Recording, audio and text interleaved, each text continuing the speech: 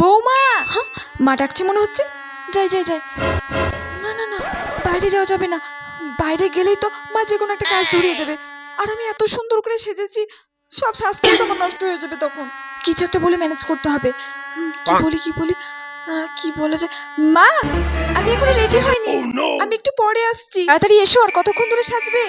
আমি বরং একটু দেরি করেই যাব বাইরে। এই গরমে বাইরে গেলে আমাকে হাজারটা কাজ ধরিয়ে দেবে মা।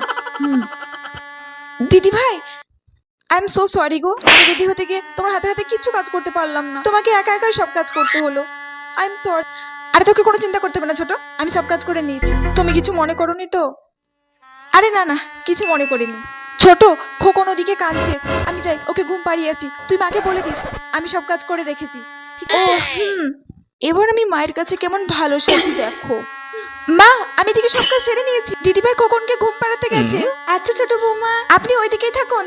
বাহ দিদি, বলতে হবে তোমার ছোট বৌমা তো বেশ কাজের। আমার চালাকি তো কেউ ধরতেই পারলো না।